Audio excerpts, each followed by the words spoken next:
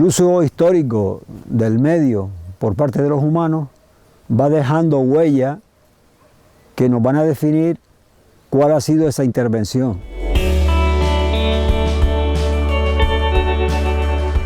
En el caso que nos ocupa en este programa, vamos a hablar de los hornos de teja y de su utilización. En el medio rural nos vamos a encontrar viviendas rematadas con tortas de barro, paja y albeo de cal, y otras definidas con tejas que nos definen el paisaje de esas viviendas de 1 o 2 plantas y a 2 o 4 aguas.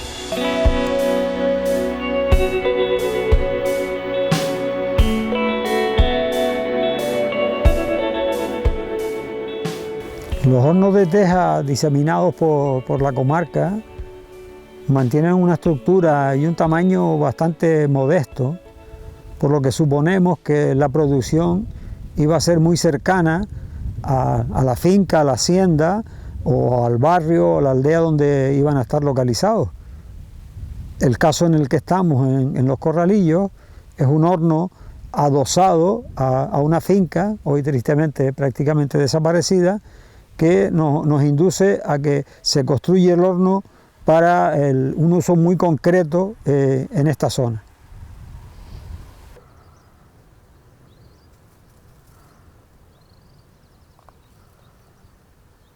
Tres son los elementos que van a definir el lugar donde se construye el horno. El barro, la arcilla, material que se necesita para hacer la teja, el agua y la madera o la leña para quemar.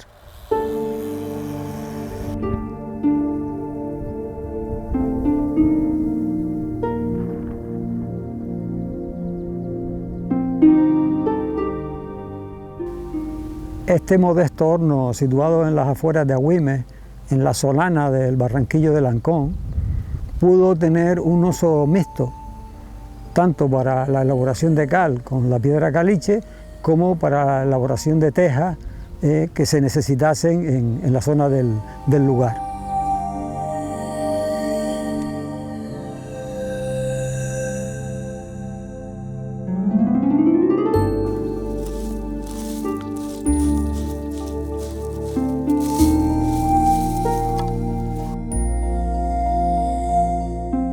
Aquí tenemos arena bien finita, porque si nosotros queremos crear una pasta cerrada pero que tenga arena, mira el grano de esta sería la fina, grado medio, grano grueso y después la toba molida, que es esta que tenemos aquí. Cuando hablamos de las tejas nos hace falta un barro menos plástico, un barro, digamos, entre comillas, no tan bueno, ¿no? ¿Por qué? Porque necesitamos mínimamente para que una arcilla, componer una pasta cerámica, necesitamos mínimo de por encima de un 35% de materia arcillosa, que la materia arcillosa es lo que aglutina después lo que es la pasta. Por ejemplo, en este caso, ¿no? Tiene que tener por encima, puede tener de un 35 a un 70% de materia arcillosa. Lo demás podría ser arena de diferentes tipos o incluso la toba. Hablamos antes de que a lo mejor el barro no era de una gran calidad, puesto que nosotros lo que necesitamos es justo esto, ¿verdad? Hacer una plancha, modelarla sobre o bien un molde, o antiguamente también se hacían sobre los muslos o sobre una hoja de pitera, y aquí pues nos hace falta que mínimamente pueda resistir el secado al aire libre, quizás cierto a la sombra, pero que al tener baja contracción permita que la pieza se seque sin romperse, y ya luego en los hornos normalmente iban guisadas de manera vertical, ¿no? De ahí que tenemos lo que es una típica teja canaria, ¿no? Donde podemos apreciar aquí que está rota la composición, los diferentes granos, ¿no? De la pasta cerámica.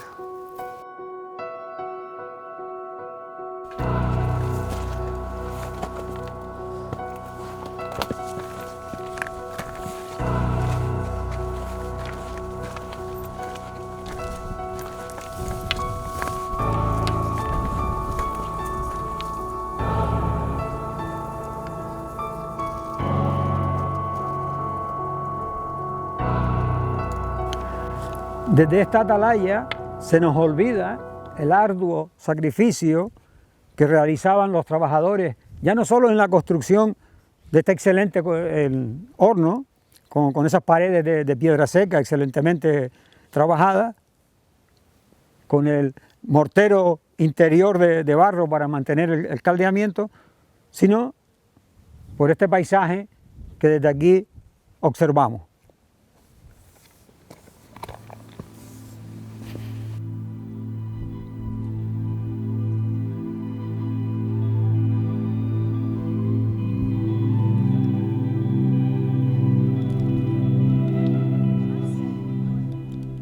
Todo horno de tejas consta de dos partes bien diferenciadas: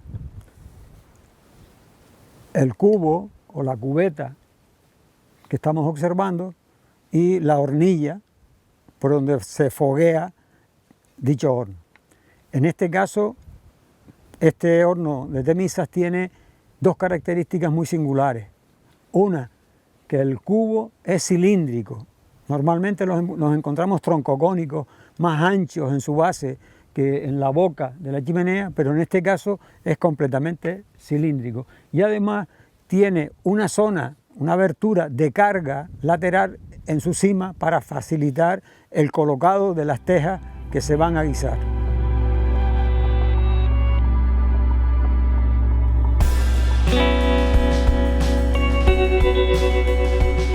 Varios son los elementos que acompañan a los hornos de tejas.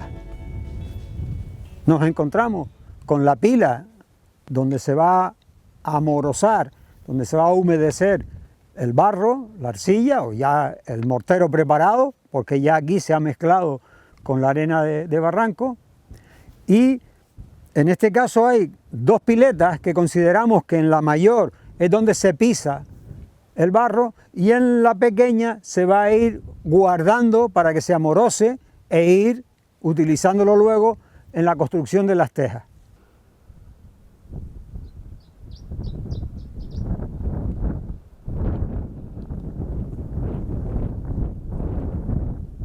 Otro elemento importante que está adosado al horno es el mantillo, la zona planicie donde se va a orear, donde se va a secar la teja moldeada, porque antes de meterla en el horno pues hay que deshidratarla.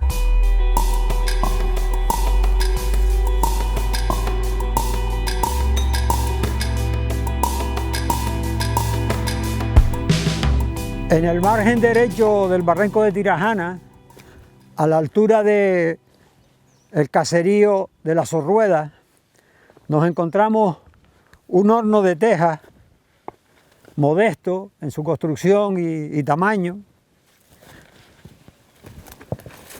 que suponemos construido aquí por el fácil acceso de los materiales que se van a necesitar. El agua del barranco, que antiguamente discurría prácticamente todo el año por él, la arena del mismo, conocida como arena de montaña, que se va a necesitar para el amasijo del barro, y la arcilla o el barro rojizo que en esta zona observamos que hay en cantidad. La zona está completamente cubierta de restos de tejas que supuestamente se rompían o a la hora del secado o a la hora del horneado. Si observamos el muro, se aprecian que tiene argamasa de barro, mortero de barro, con trozos, con ripios de tejas que se les estropeaban en el proceso.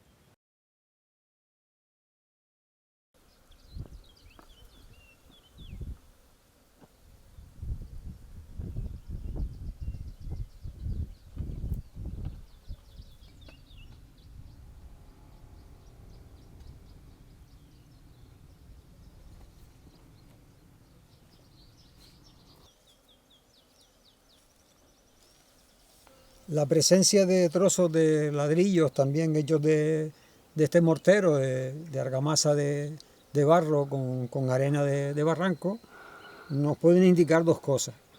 Este en concreto está quemado, lo que se supone que participó del interior del horno, se enladrilló para mantener más el calor, o también hay momentos en que estos hornos son mixtos y también se elaboran ladrillos para utilizarlos en otras construcciones.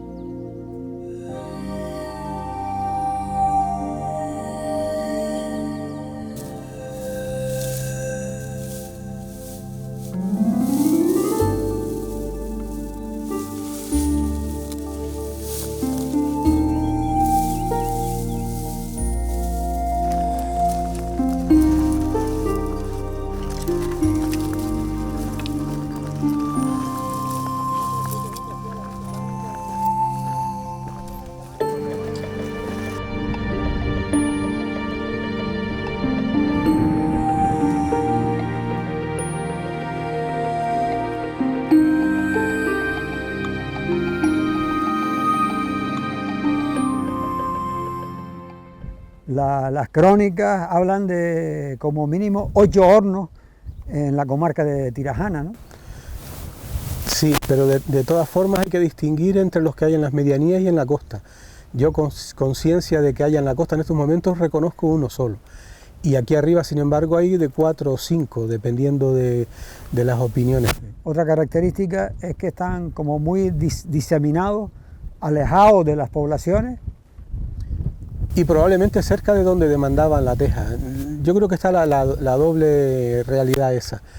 Ubicados lejos de las poblaciones, probablemente o seguramente cerca de donde obtenía la materia prima para construir las tejas, y en segundo lugar esparcidas por el territorio por proximidad a los posibles clientes o a los posibles demandantes de ese producto, ¿no? Que en este concreto de Olla Grande tenemos la arcilla, el barro. Exacto. Tenemos la leña. Que aquí sería fácil encontrarla. Y me dices tú que también el agua. Sí, aquí podemos encontrar 2 nacientes que yo recuerde, uno que aún es posible que tenga agua, ahora lo comprobaremos si quiere, y un segundo que existía donde los cazadores llevábamos los perros a saciarse la sed, pero que ese ya está seco, ¿no?, con el paso de los años. Pero aquí el agua estaba próxima, todavía más cerca a la arcilla con la que se elaboraban las tejas, y núcleos de población cercanos a los que suministran el material, aunque eso no debía ser un condicionante importante, porque me imagino que aquí habrían arrieros o personas o animales con los que transportar la mercancía una vez elaborada, ¿no? La vivienda tradicional, Pepe, está acabada en sus techumbres a 2 a 4 aguas, pero para rematarla con tejas debían ser ya familias que algo pudientes, ¿no? Imagino que eso era así, que no todo el mundo se podía permitir rematar la vivienda con tejado, ¿no? Porque además toda la logística y toda la infraestructura que hay que colocar debajo antes de colocar las tejas era importante. Y eso no estaba al alcance de todo el mundo, con lo cual se supone que era para gente bien, para gente agricultor, porque aquí lo que había básicamente era agricultura y caciquismo. Fueron las familias importantes las que podrían haber demandado este tipo de productos. De hecho, fíjate que todavía hoy es un signo de distinción y valioso el recuperar las tejas antiguas para aprovecharlas para las casas nuevas que se están haciendo. Y hay un cierto comercio de teja antigua entre los productores. Esta misma semana he visto a alguien que ha comprado un lote de teja de una casa que se demolió para rehabilitarla, por conservar y recuperar esa teja tradicional que en cierta medida dignifica y le da un valor añadido a las construcciones modernas, ¿no? Yo creo que eso es uno de los problemas del patrimonio etnográfico que tenemos disperso, porque vemos cómo se deterioran muchas construcciones debido a eso, a que con nocturnidad van desapareciendo los sillares de las esquinas, las tejas, las maderas de los techos. Las maderas de los techos, fundamentalmente todo el tema de la estructura de parilera, se la lleva la gente y están muy cotizadas, ¿no? Pero bueno, también es verdad que es una forma, aunque no es la más loable, una forma de recuperarla y conservarla e integrarla en nuevas construcciones y en nuevas viviendas. La pena es que no la respetan en su integridad, porque lo que he visto es mucha gente que hace adaptaciones, que la corta para la barra de una cocina, y acaban destrozando un material que tiene un valor etnográfico y es patrimonio popular y cultural de nuestra zona, ¿no? Pero bueno, es la realidad que hay, ¿no? No hay conciencia colectiva del valor de estas cosas ni cómo conservarlo, y pasa lo que pasa, ¿no? Como en otros muchos ámbitos, ¿no? Hemos observado en otros hornos la presencia de ladrillo, bien haciendo el dintel de la boca de la hornilla para el fogueo, o incluso como material refractario en el interior del cubo donde se van a depositar las tejas, ¿no? En este caso encalado o con argamasa de barro, ¿no? Sí, y fíjate, yo incluso haciendo memoria no recuerdo que en los hornos que están por aquí en las proximidades, después lo podremos comprobar, que se vea la presencia de ladrillo, lo cual quiere decir que aquí, me imagino que sería por cuestión de ahorro o por cultura constructiva, lo que se usaba en las paredes era el ripio, la piedra o el canto labrado para las esquinas.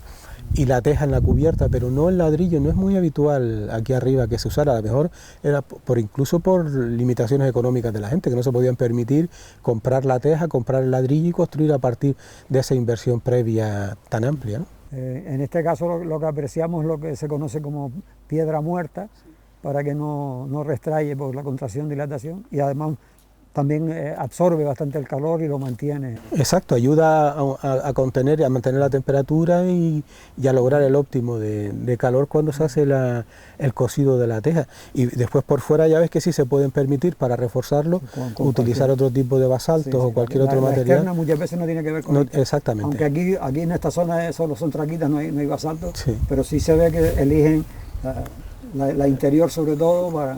Y que es lo mismo que se sigue utilizando tradicionalmente aquí para la construcción de los hornos, ¿no? Los hornos de pan, los hornos, ¿no? tradicionales, hay determinados sitios donde la gente va a buscar lo que llaman la piedra muerta para poder hacer la bóveda interior del horno. En este caso del horno en el que estamos, observo que mantienen la bóveda que separa la zona de fuego, la zona de exposición de la teja, y da la impresión de que es en roca, porque en algunos aparecía una rejilla de metal. Sí, sí, que en lo que yo no había caído, porque yo he venido antes bastantes veces a ver este horno y nunca había apreciado la distinción entre la zona de caldeado, donde almacenaban la leña para prender, y la zona de cocción de la teja, quizás porque está un poco entullido por las piedras, pero es algo que me llama la atención y es curioso, ¿no? Y aquí sí también me llama la atención muchos ripios de teja, mucha teja que se les estropeó. O sea, está alrededor del horno sembrado de trozos, y en algunos casos incluso como muy quemadas, ¿no? Como que se les pasó de fuego, de cocción. O fíjate que incluso en sentido contrario, el hecho de que a lo mejor, porque esto es una zona que es bastante árida, aquí habría muchos hogarzos, habría mucho vegetación arbustiva, pero arbórea hay poca. Entonces a lo mejor es que incluso tampoco tenían demasiado material para caldear, y alguna a caldear, y a lo mejor las tejas no estaban suficientemente cocidas, o alguna de las hornadas no les salió lo suficientemente bien, porque lo cierto es que muchísima teja partida por el suelo, ¿no?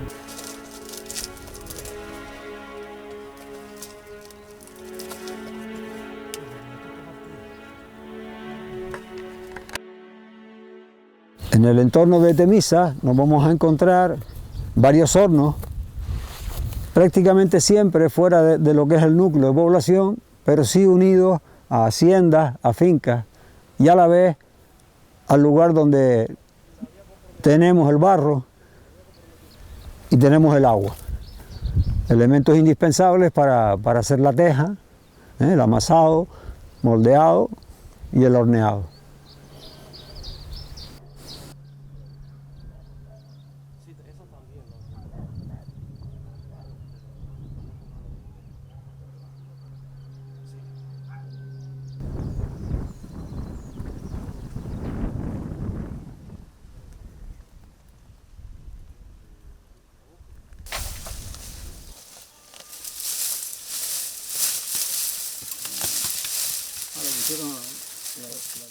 Miguel, a finales de los años 80 se constituye en Temisa una escuela taller, ¿no? Sí, efectivamente, la escuela taller de Temisa se constituyó en el año 88 y estuvo funcionando 4 años, porque era renovable, era desde el 88 al 90 y luego se renovó hasta el 92. ¿Renovar también el alumnado? No, el alumnado el mismo, sí. La escuela taller vinculada con una tradición del agro canario, que era la construcción de tejas, ¿no? Bueno, la escuela taller, el fin de la escuela taller era la restauración de viviendas y también asociado también a la carpintería. Había un módulo de carpintería, pero el principal fue la confección de tejas, muy arraigada en Temisa, porque todos los tejados de Temisa están con tejas. Y se construyó, ya los hornos que había estaban en ruinas, no servían, y hubo que construir uno, que es este precisamente, para construir las tejas con las que se iba a rehabilitar o a techar un conjunto de viviendas que se dio la Consejería de Obras Públicas del Gobierno de Canarias, y se la cedió al Ayuntamiento, que a través de la propia escuela taller rehabilitó ese conjunto. Ahora mismo en ese conjunto está el centro de mayores, está una extensión de farmacia, de la farmacia de Agüimes, también está la oficina de correos y bueno, y ahí también hay una oficina de la comunidad de regantes.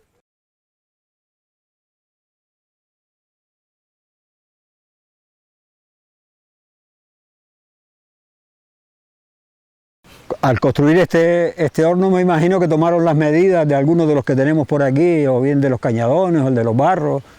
Sí, efectivamente, sacaron fotos, también el molde ese que le llama Galápago, o aquí le llaman Galapá, no sé qué, tiene otro nombre.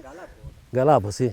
Pues yo recuerdo, sí, que no sé de dónde, eso sí que no lo sé de dónde consiguieron ese molde, pero hicieron uno igual o parecido para hacer las tejas con el barro que lo cogían de por aquí, pero también compraban arcillas para mezclar, ¿no?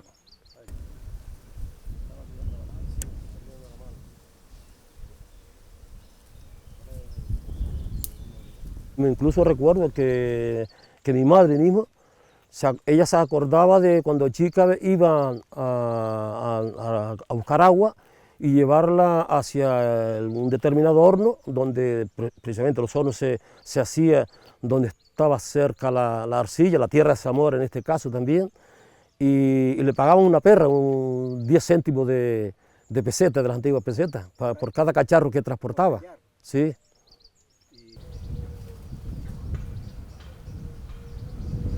El detalle del tejado nos muestra el tipo de teja utilizado en la escuela taller, es la teja llamada canaria o también la teja árabe, que es la tradicional hasta mediados del siglo XX, que se va a utilizar aquí en las islas.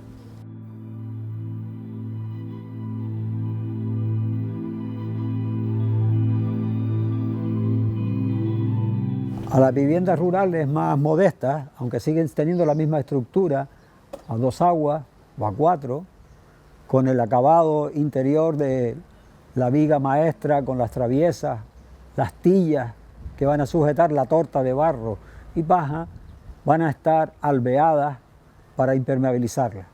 No aparece la teja por el costo de esos acabados que se van a reservar a otras viviendas de familias más pudientes.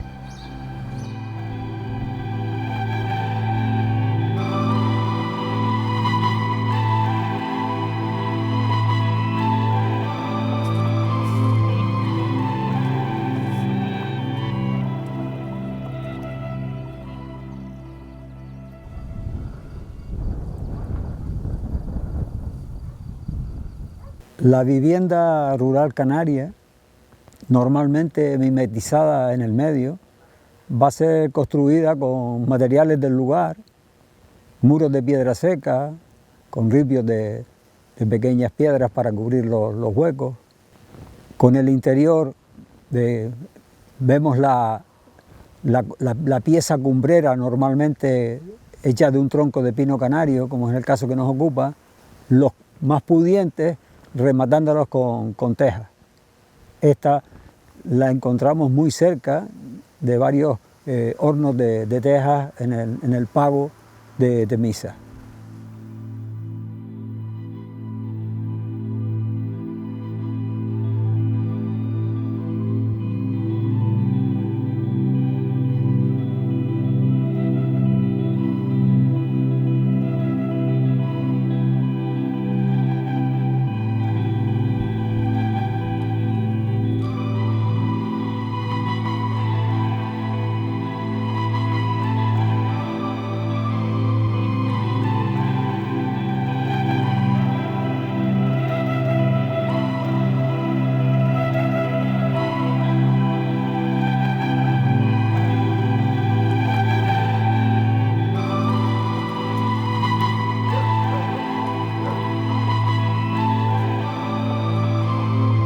Tenemos muy poco conocimiento sobre la industria, por ejemplo, de las tejas o sobre la industria de la cal, ¿no? Que también necesitaba hornos para ello, ¿no?